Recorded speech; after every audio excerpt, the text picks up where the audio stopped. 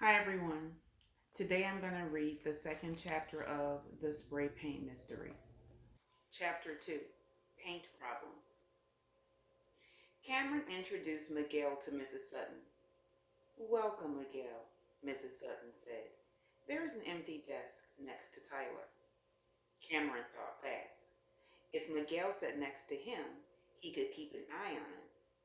"There's an empty desk next to mine too," Cameron said quickly. Miguel smiled happily. "All right, we'll try it for a while," Mrs. Sutton said. "But if you two talk too much, Miguel will have to move." "Okay," Cameron said. As soon as Cameron reached his desk, he began to look for a piece of paper. He wanted to write Taryn a note. He would need her help to solve the case. Cameron dug around in his desk. It was a mess. He found an old orange, two rubber bands, and a broken crayon, but no paper. The orange was turning green. Cameron thought about throwing it away. Then he changed his mind. Maybe it would come in handy at lunch. He would ask anyone if they had something to trade for an orange. Then he could pull the mo- then he could pull the moldy orange out of his lunch bag. That would be a good joke. Cameron put the moldy orange back inside his desk. Finally, he found a clean sheet of paper in one of his folders. Yes! Cameron thought for a moment, then began to write. "Dear Taryn, I need your help. There's something strange about this new kid, Miguel. Wait for me after school. I want to show you something. It's a mystery. Your friend, Cameron, Super Detective." Cameron waited until Mrs. Sutton's back was turned. Then he tapped Taryn on the back with the note. She turned around and looked at the note. Then she rolled her eyes. "What did you do to it?" Taryn whispered. "Did you wipe your nose on it first?" "No," Cameron whispered back. "Just take it. It's important." "This better not be a trick," Taryn said, "or else." She balled her fist up and shook it at Cameron. "No more tricks," Cameron said. "I promise."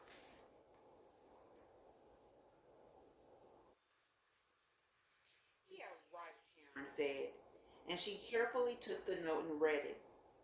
"Okay," she whispered, "but only for a minute. I need to hurry home. I've got to finish my science experiment."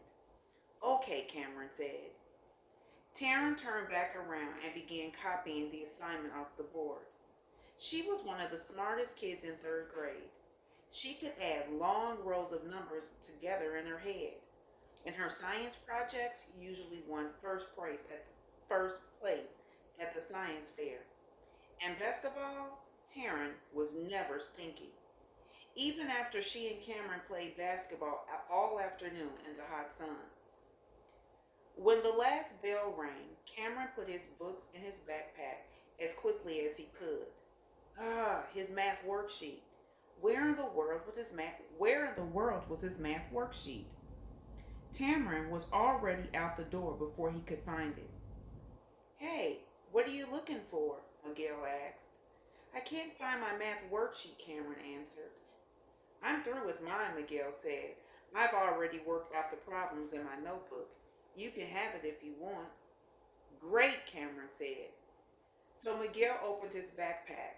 Cameron could see the tops of two brightly colored plastic cans, spray paint cans. Miguel quickly took out the worksheet and zipped up the backpack. "Hey, what's that in your backpack?" Cameron asked. He tried to take the backpack out of Miguel's hand. "Nothing," Miguel answered, and he jerked his backpack away. "I've got to go."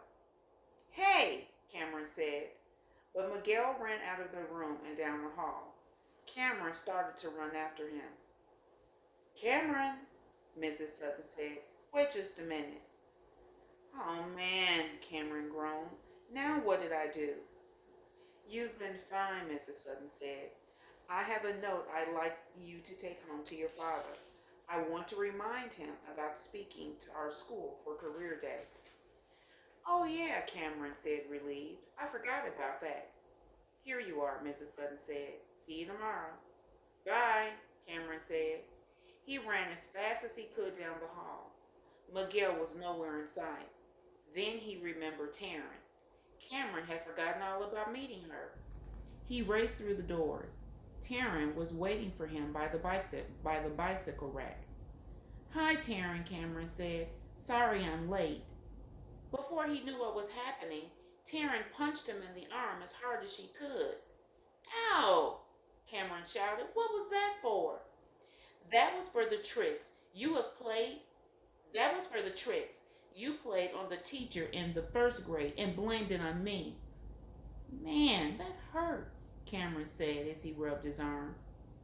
"Okay, I'm sorry," Taryn said. "But everyone laughed at me for a whole year because of you." "I said I was sorry," Cameron said. Okay, now we're even," Taryn said. "What's the big deal?" "I need your help to solve a mystery," Cameron said. "What's the mystery?" Taryn asked. "How you actually made it to third grade?" "Come on, Taryn, stop playing," Cameron said. "Just listen to me. Someone spray painted the wall behind the gym." "I know," Taryn said. "I can see the wall from my bedroom window." "Did you see anything strange last night?" "No," Taryn said. "I sure didn't." "I was hoping you had," Cameron said. "I think that new kid in our class is the one who did it." "Miguel?" Taryn said. "What makes you think he did it?" "Well, he had paint on his hands. And also, I saw 2 cans of spray paint in his backpack." That doesn't mean he spray painted the wall. They were the same colors as the paints of can Mr. Murray picked up near the wall, Cameron said. "Yeah, but all he has to do is wash his hands or hide the cans. If his hands are clean and the cans are gone, there goes your evidence." "I know," Cameron said, "but right now he's my main suspect." "You're going to need more than a pair of dirty hands to prove he's the spray painter." "Wait, whose side are you on anyway?" "I'm not picking sides, Cameron. I'll make up my mind when I see evidence." "Let's go look at the wall," Cameron said. "Maybe there's some clues there." "Race you," Cameron said. She started running as soon as the words were out of her mouth. Cameron struggled to catch up. Taryn ran down the hill at top speed. Just when Cameron thought he was gaining on Taryn, he tripped. He rolled down the hill, head over heels like a bowling ball. He finally came to a stop at the bottom of the hill, but the world was still spinning. "Beat you," Taryn said, laughing. She pulled Cameron to his feet and helped him brush the grass out of his hair and off of his clothes. Even though Cameron and Taryn teased each other, they were still best friends. "Man, you cheated. You started running before I knew what was going on." "That's just my secret for winning," Taryn said, tossing her long braids over her shoulder. "I like to get a head start." "Come on," Cameron said. "Let's go look at the wall." Taryn and Cameron walked from one end of the brick wall to the other. Huge symbols, strange words, and pictures of people and animals covered the wall from top to bottom. "I hate to say this," Taryn said, "but whoever did this can really draw." "Yeah," Cameron said, "but they should draw on paper instead of messing up our neighborhood." "That's true," Taryn said. "Well, I don't see anything that looks like a clue." "Wait a minute," Cameron said. He knelt down near the edge of the wall. "What is it?" Taryn leaned over to have a closer look. "Do you see this?" Cameron pointed to an odd symbol. 2 zeros with the thumbprint in the middle had been placed at the bottom of the wall. "It looks like 2 eyes and a nose." "That's probably how this guy signs his work," Taryn said. "You know, instead of writing his name, he draws this face thing. It's called a tag." "What we need is a picture of this thumbprint," Cameron said. "It could be a great clue." "I just got a new camera for my birthday," Taryn said. "I'll run home and get it. I'll take a whole roll of pictures. Then tomorrow we can take the film to Welbert Superstore. They can develop it in an hour." "Maybe we could get a thumbprint from Miguel and see if it matches the print on the wall," Cameron suggested. That's a great idea, Taryn said. We can look at both prints under the fingerprint glass in my dad's kit. That's what they do at the police station. I've seen them do it. If the thumbprints match, we have proof that Miguel did this. I'll see if I can borrow my dad's fingerprint kit. Okay, but how are you going to get Miguel's thumbprint without him catching on? Taryn asked. I'll think of something, Cameron said. We need to work fast though. Mr. Murray is going to clean this wall as soon as he finishes mopping the floors. I'll go home and get my camera now, Taryn said. Hey! A loud voice shouted. What are you kids doing?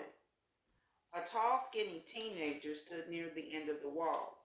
His dark blue eyes looked mean. Nothing, Cameron said. We were just looking. Yeah, said the boy. Well, take a good look, because that wall was done by the GQ posse, and they're not anybody to be messing with. Cameron knew all about gangs from listening to his father. I know the signs, Cameron said. Well, let me tell you something else you should know, said the boy. He towered over Cameron and glared down at him. His pale face was only a few inches from Cameron. I don't ever want to see you near this wall again, he said. Cameron took a step back and almost tripped over Taryn. Come on, Cameron, Taryn said as she tugged on his arm. I've got to go home. Okay, Cameron said. Yeah, the boy said. Beat it. Cameron and Taryn ran back up the hill as fast as they could. Man, Taryn said, that dude looked like Count Dracula's cousin. I know, Cameron said. I wonder who he is and what he's doing hanging around the wall. Maybe I can get a picture of him from my bedroom window. That's a good idea, Cameron said, but be careful. That guy looks mean. After I take his picture, I'll wait until he's gone and then come back and take some pictures of that thumbprint. You want to come over for a while? Sorry, Taryn, Cameron said. I've got to go. I need to get the spray paint can for Mr. Murray, and then I need to go home and start cooking dinner. Okay, I'll see you later. I'll let you know how everything goes. All right, see you tomorrow, Cameron shouted as he ran back up the hill and into the school. He hurried down the hall to the maintenance room. Mr. Murray was inside, filling up his mop bucket. So, Mr. Murray said, the super detective returns. How did you get grass all in your hair? I tripped, Cameron said.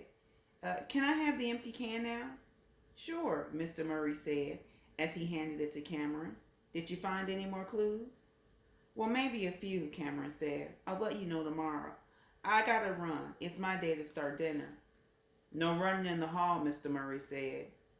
Okay, Cameron said. Gotta walk then. See you later. Some kindergarten students were walking down the hall. They always reminded Cameron of the little people in The Wizard of Oz. Excuse me, Cameron said. I need to get by. What's your hurry, Cameron? Mr. Garcia, the principal, was leaning against the wall. I just need to get home, Cameron said. What's that in your hand? Mr. Garcia asked. This? Cameron held up the empty spray paint can. Yes, that, Mr. Garcia said. It's a spray paint can. I know that, Mr. Garcia said. Someone painted the wall behind the school last night. I know, Cameron said. Well, Mr. Garcia said, I think that someone was you. Come into my office, Cameron. I want to talk to you. Until next time.